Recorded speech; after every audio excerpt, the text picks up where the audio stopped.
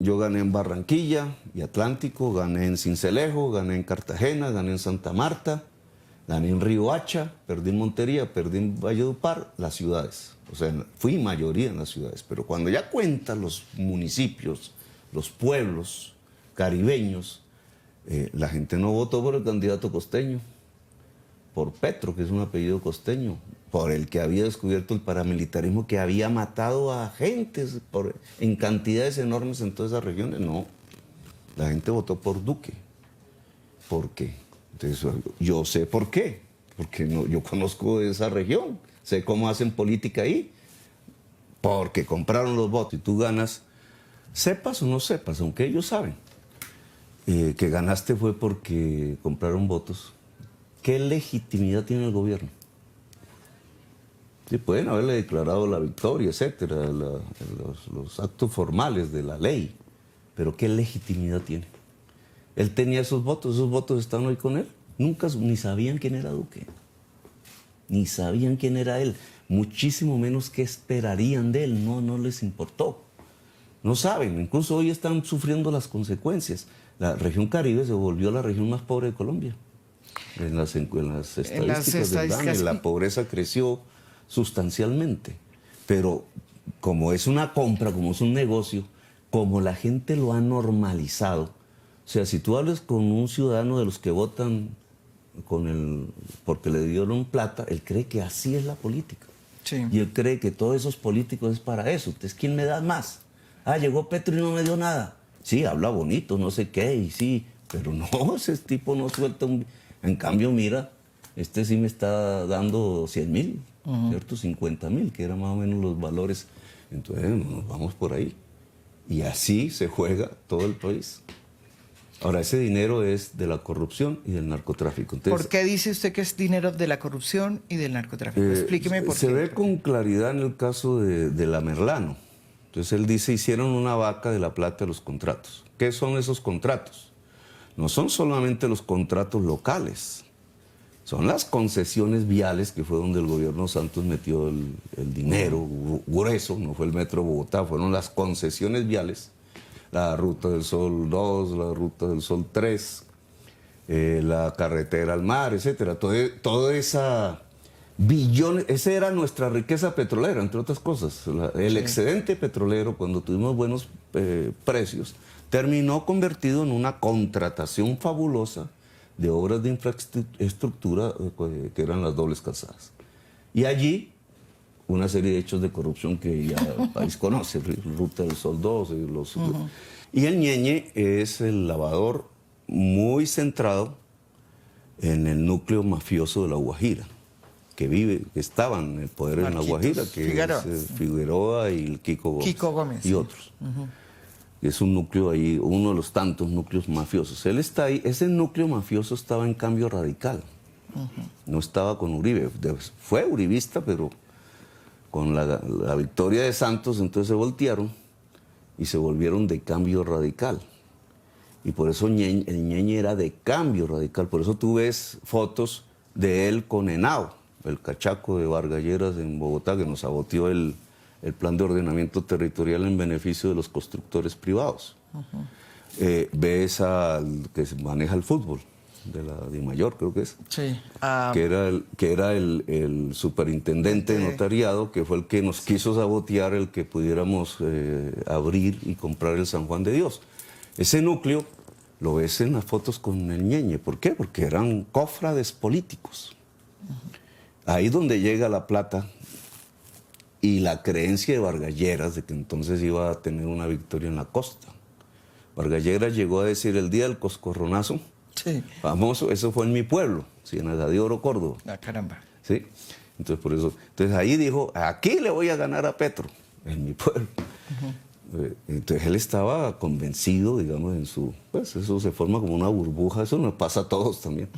Claro, entonces él estaba en la creencia a través de ese tipo de maquinaria de que él iba a ganar. Cuando llegó los resultados, yo me imagino el bajonazo, ¿cierto? Se desplomó, sacó 1.400.000. Que hasta ahora se está recuperando. Pero el tema es que todas esas mafias ya pasaron, fue a Duque, no pasaron a Uribe.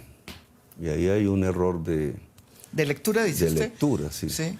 Pasaron fue a Duque. Bueno, Ñeñe, yo debo decir que era una persona muy cercana al presidente Duque, la familia. Mire, el papá de Duque, que es el famoso registrador de ese tiempo, De un político, Turgallista, digamos, sí. Iván Duque. era amigo del papá del Ñeñe. Y entonces, estando chiquiticos, el Ñeñe y Duque, entonces iban a la finca. Esto, ¿quién lo dijo? El tío del Ñeñe, escrito en un artículo.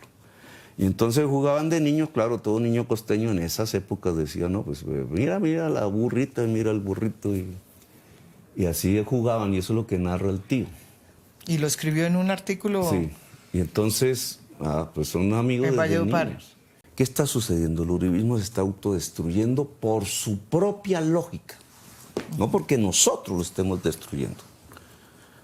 No, claro, nos echan la culpa, pero no, nada, eso es cierto. Incluso yo vi la entrevista última de Uribe y yo hasta le concedo la razón, ¿sabes? Cuando dice que... Cuando él dice que no tiene que ver con el Ñeñe. Yo creo que él no tiene que ver con el Ñeñe. ¿Quién tiene que ver con el Ñeñe, según usted? Es Duque. Es Duque. Directamente. Y la Daza y la relación con el Ñeñe de la Daza no tiene que ver Uribe. No necesitaba Uribe.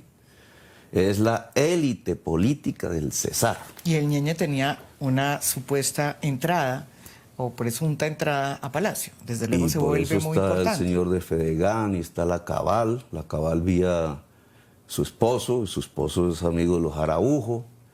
La señora Daza es de la élite familiar, digamos, de los que han gobernado el Cesar. Entonces no necesitaba a Uribe para conocer al Ñeñe, ellos ya se conocían. Lo mismo que Priscila Cabrales es la élite en Córdoba. De Montería. Y lo mismo es la señora Arango. Y muchas otras podríamos hablar aquí, y otros, que esto no es solo... Son familias. Son familias que se cruzan entre ellos, se casan entre ellos. Por eso tú puedes ver que el apellido de Char es Amin, ¿sí? Creo. Sí. La esposa es Nule. Sí. ¿Y qué es la esposa Nule? Pues de los Nule. Sí. Y entonces todo eso eso se llama feudalismo, es como si vieras Game of Thrones. Sí, se pronuncia así. ¿Por dónde sale la cocaína que hacen en la sabana de Bogotá? Pero usted piensa que es por cuenta... No, eso sí. ¿Por no. dónde salen las toneladas de cocaína que están fabricando en los alrededores de Bogotá? Ya hay un caso descubierto. El del... ¿Por dónde? Eso es para doctor San Bogotá. Clemente, estamos hablando. ¿Toneladas mensuales para Bogotá? No, eso sale por el aeropuerto. Se refiere al territorio, pues a la finca donde... Sí, pero así como eso hay un poco todo. De un señor muy conocido. O sea, está saliendo cocaína por los aeropuertos oficiales de Colombia. Y mire lo que hay ahí en la contratación, cómo fue que se hicieron, quiénes están metidos, quiénes manejan el aseo, quién es la policía, etcétera. Digamos, es que este es el narcopoder. Ahora, ese señor William Vélez está asociado con los chinos en la carretera que no hicieron. Y la empresa que hizo las calificaciones de todos los competidores en esa carretera de Antioquia, adivina cómo se llama. ¿Cómo se llama? Confirma, que es la protegida de Fajardo. Y Confirma que hizo en el metro elevado, fue la que calificó el único, porque realmente eso es una licitación para uno. ¿Que quién es? La empresa china. ¿Y quién es China entre comillas? ¿Y quién es el representante legal de la empresa china en el metro elevado? El que era el representante legal de las empresas de William Vélez. Y ya se nos acabó el tiempo, pero le quedaría dejar un nombre. Alex Saab. Pues es el que me han querido meter, yo ni conozco. Yo tengo unas ganas de meterme en ese tema. Pero Alex Saab viene a ser de lo mismo que es el Ñeñe, que es el Turco-Ilzaca, que es la Gata, en una fase más moderna, más multinacional. Pero yo creo que está en eso, ¿cierto? Y ahí puede estar ¿cómo se llama eso? El pin, digamos.